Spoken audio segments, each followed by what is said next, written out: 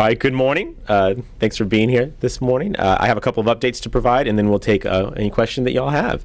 I want to start by highlighting a challenge that we're facing in San Diego and ask that we spread the word so that others may get the help that is needed.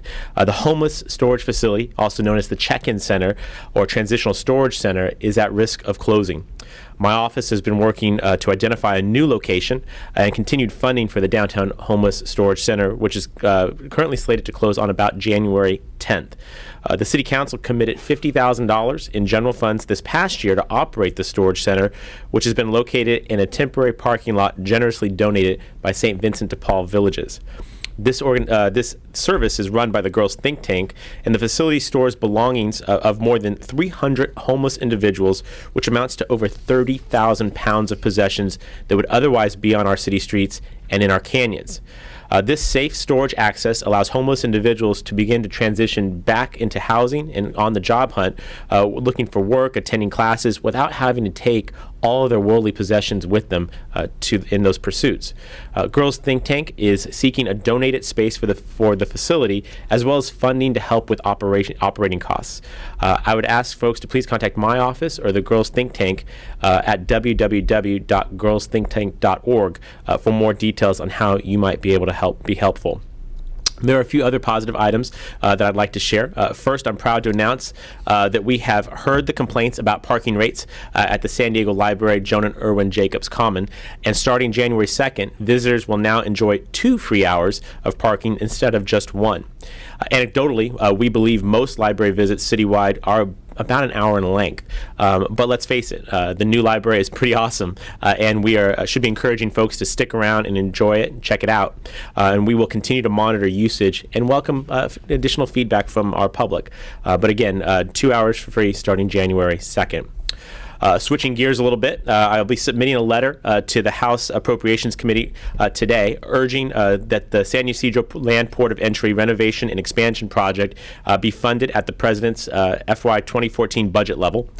This money would allow Phase 2 and Phase 3 of that project to begin moving forward.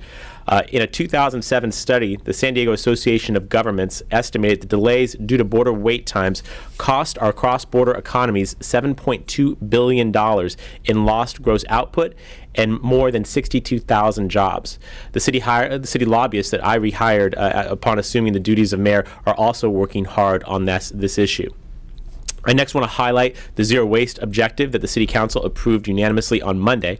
The city's Environmental Services Department proposed this objective for the city with an initial goal of diverting 75% of waste generated in the city from landfill disposal by 2020 and a goal of zero waste by the year 2040.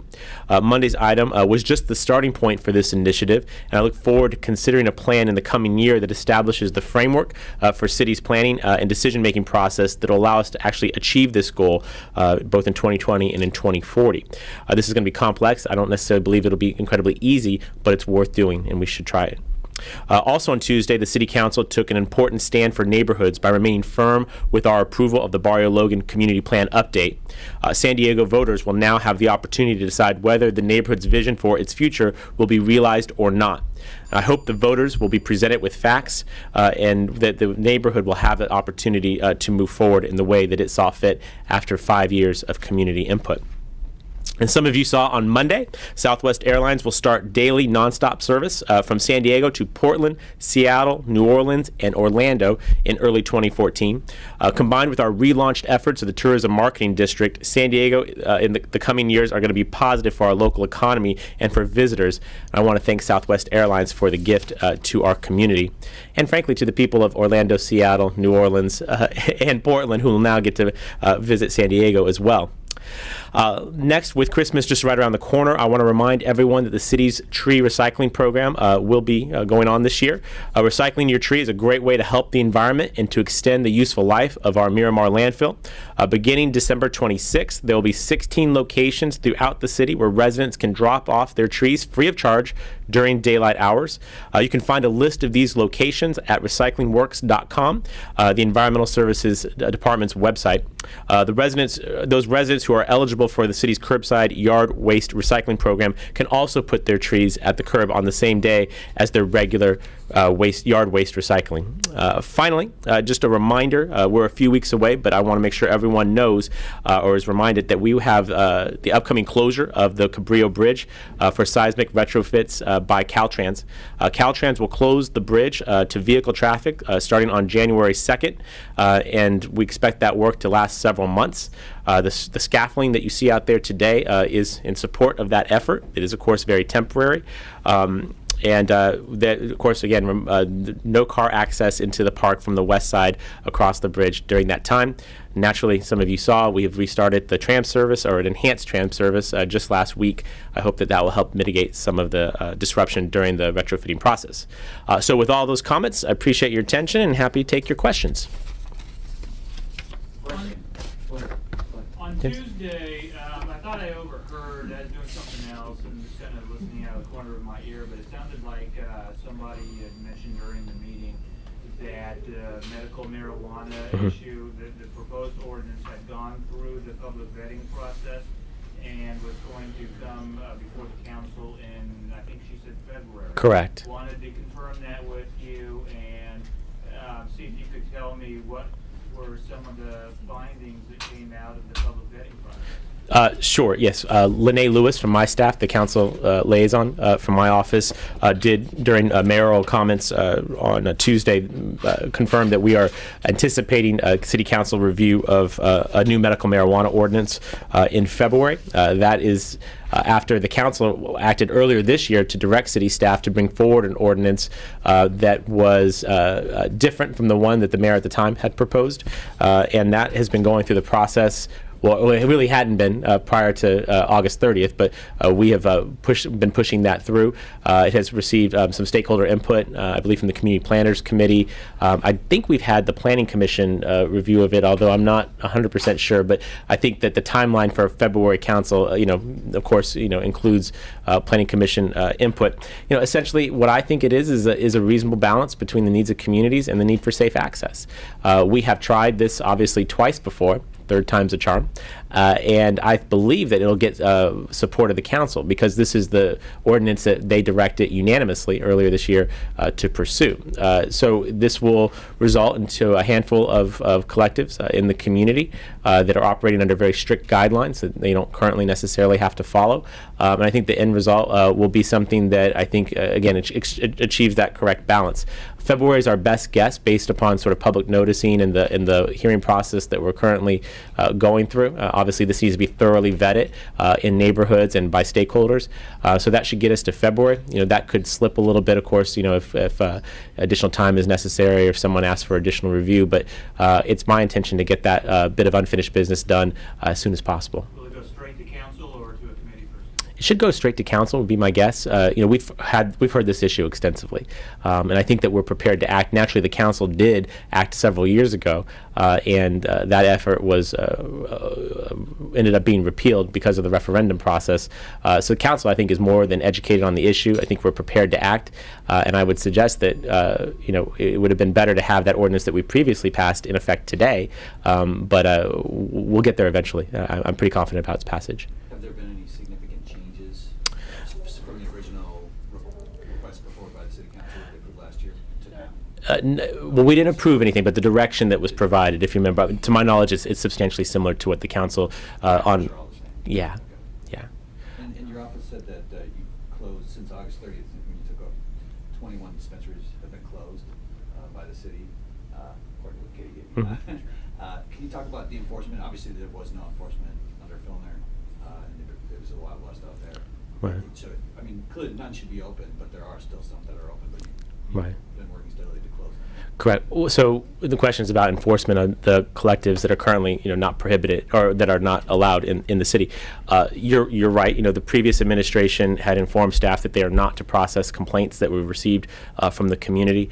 I have given the direction across the board. This is not unique to collectives, that the city staff is to follow the law and to enforce what's on the books. And then if we don't like it, we should change it. And this is what we're doing because I think that there is substantial support for the access of for the concept of safe access.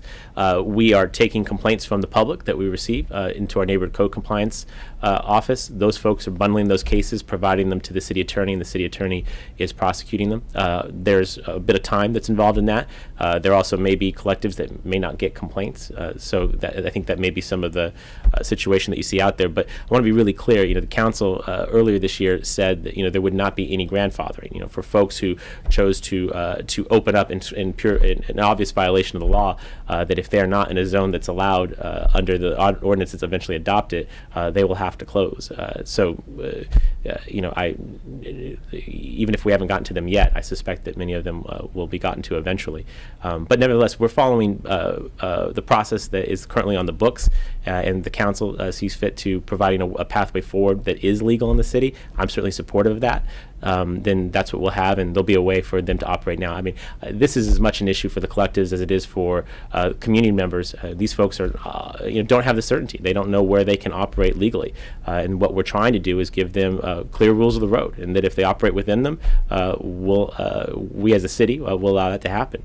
And if they don't, we will act aggressively to shut them down. Mr. Jaime. Yes, sir.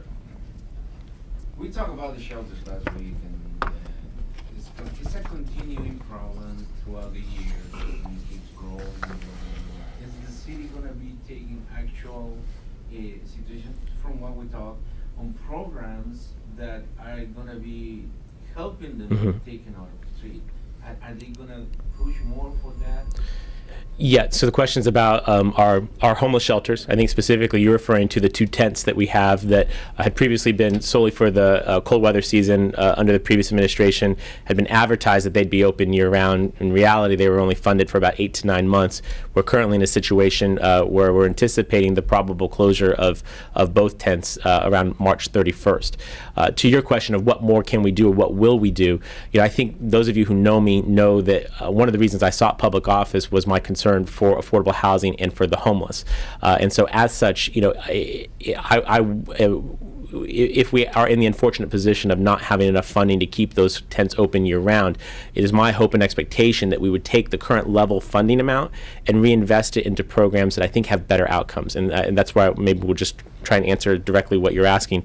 I'm concerned that the tents as they currently are envisioned are not doing everything necessary to get them out.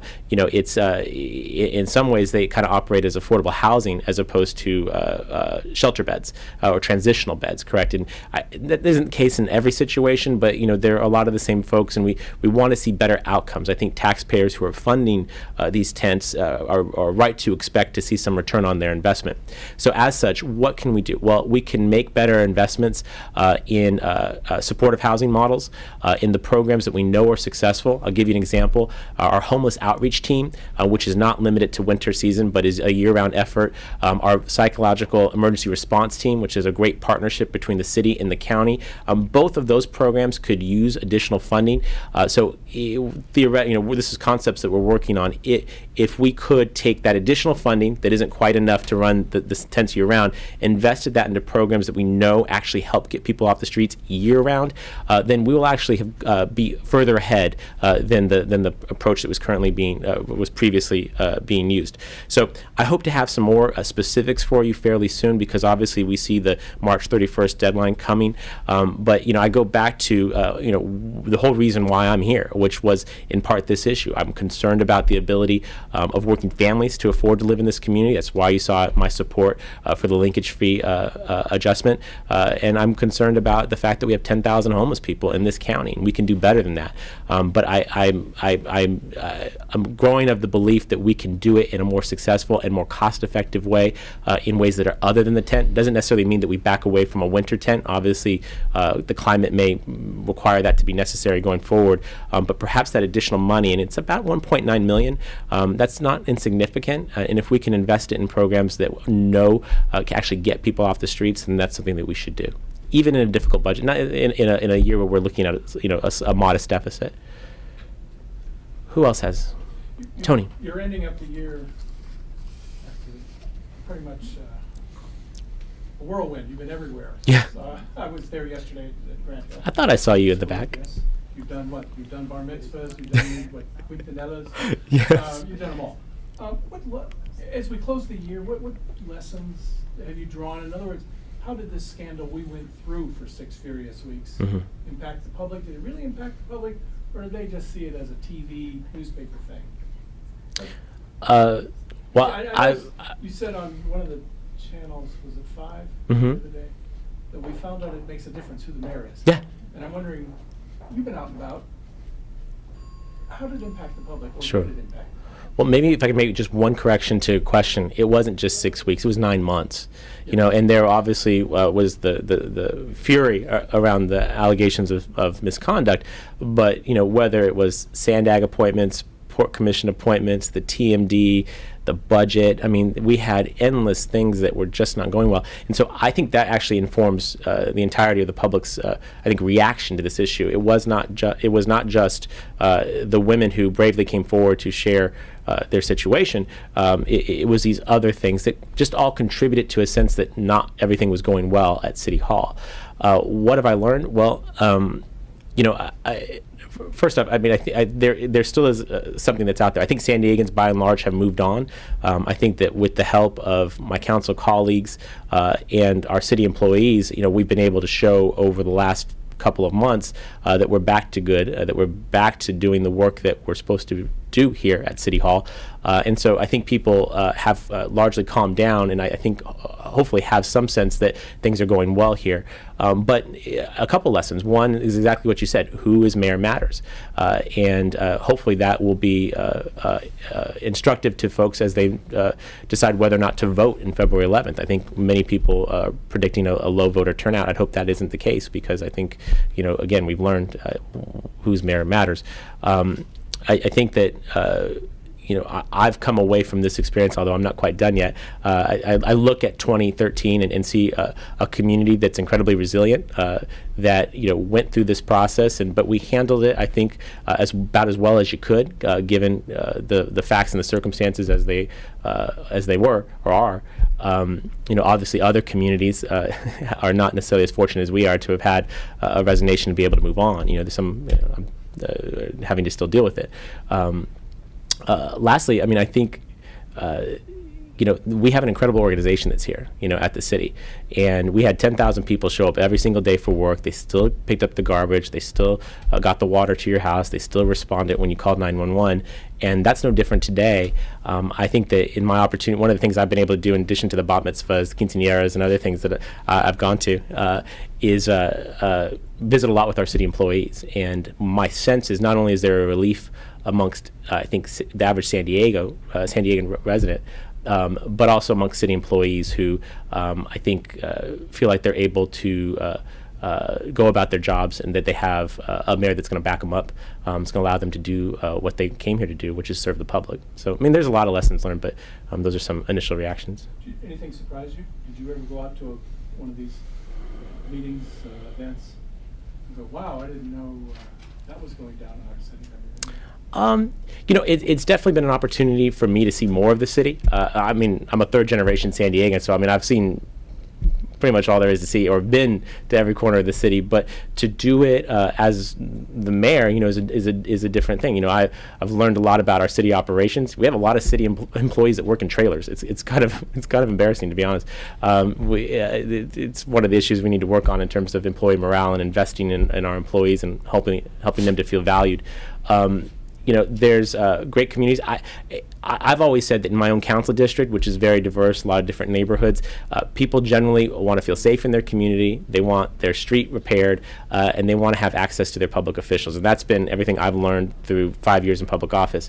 What I now know is that's pretty much true across the whole city. We're a big city. We're the 8th largest city in the country, you know, 1.3 million people. But that holds about true. And if we can focus on those issues, I think we have the public safety thing down pretty good. We have, you know, a few issues that we're working on with regard to the number of fire stations we have, or police response times, things of that nature. But the infrastructure thing, we have a lot of work left to be done on. And it doesn't matter if you're north or south of the 8. People are upset about this issue, and they need us to work on it. So, you know, it's been a pretty cool experience to get around and talk to a lot of different San Diegans. I was in Golden Hill prior to going to Grand Hill. Okay. 3 different cop cars. Okay, that's Mhm. good. Those streets. I mean, someone from La Jolla could come in there with their Lexus and get damaged. I mean, In 12 months from now, Yeah. are those streets in Golden Hill gonna be better than they are? I mean, they're horrible.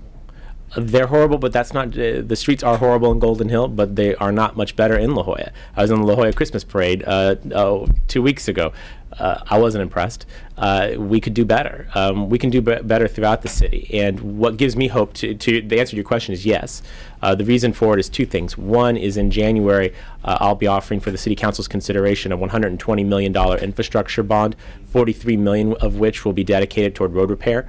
So there's actually will be dollars to go out and pave roads. Now, mind you, we have about 2,200 or so miles of roads in the city, so $43 million isn't going to pave all of them, but it'll pave a significant number of them.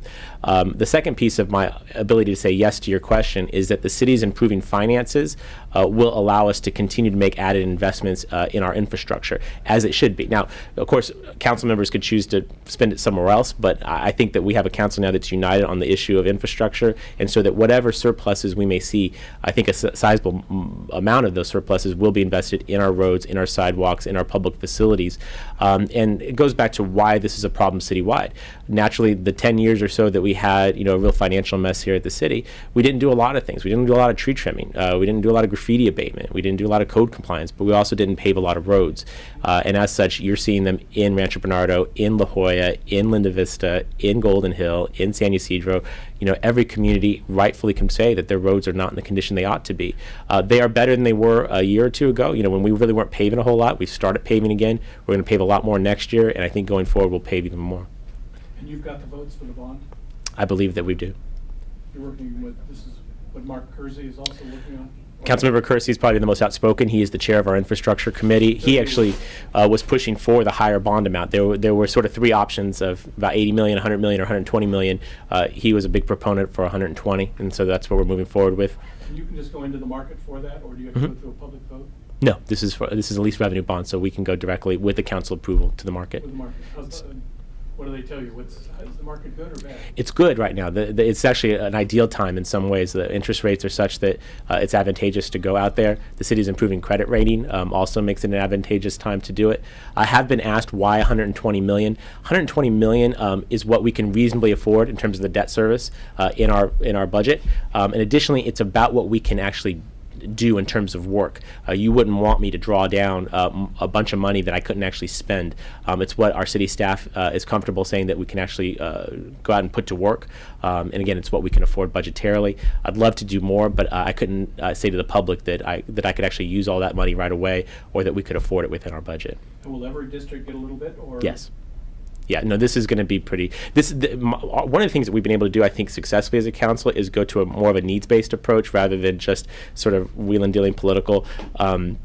Of who gets more based upon something other than need. What we're doing now, and this is a part of our thoughtful strategy when it comes to infrastructure, is we're actually doing condition assessments. So we're going out and looking at the roads and finding out if they're good, fair, or poor, and then we're going to pave the poor ones. And poor streets can be found in every neighborhood in the city, so every neighborhood will get something, but we're addressing need as opposed to any other consideration. So are we over the worst of it? I mean, are we no longer a butt of jokes, late-night comedians? I mean, San Diego emerged from videos and animation and Taiwanese, etc. So or we have some more of that coming. I think we've gotten over on both. Obviously there's been our more recent issue with regard to leadership. We have a new mayor. And we'll have an even newer mayor come March. And so the era of Bob Filner is over. And I think that people, in terms of what I hear when I'm going out in the communities, they understand that we've moved on, and they've moved on. We've also gotten past the moniker of Enron by the Sea, in my estimation. I heard some discussion a couple of weeks ago when Detroit, moved toward bankruptcy, and that somehow San Diego is comparable. Baloney. We have worked hard with our employees and with the public to rein in our costs, to reduce the cost of government here. We have instituted pension reform, pay reductions, other fiscal reforms that have allowed us now to reasonably reasonably assume a modest surplus at the end of this fiscal year, and surpluses throughout most of our 5-year outlook. We are not in a position of selling city assets as they are looking at in Detroit. We are made our pension payment in full and on time every year for the last 7 years. Not a lot of other jurisdictions could say that. So we have, I think, turned the corner. We are beyond both Bob Filner and the pension mess. The question is, can we maintain the discipline going forward on our finances? I think the answer is yes, we can. Anyone else? Yeah, Wendy? Is there any department or agency or committee that looks at the infrastructure comprehensively so that you don't have cases where, like, you guys pave a road under, where iron cast pipe is underneath, and then you have to dig up and get the iron cast pipe out of there? It's a very common question, Wendy. So the question is, who's doing the coordination of our work to make sure that we're not paving a road that later is torn up for some other sort of infrastructure work? Well, number one, this is one of the things I instituted when I became council president a year ago, was to actually create an infrastructure committee to have these kinds of discussions. So there is elected official oversight of this issue. We have great professionals in our departments that do this work, but we want to have elected leaders who are holding them accountable, and that the public in turn can hold accountable.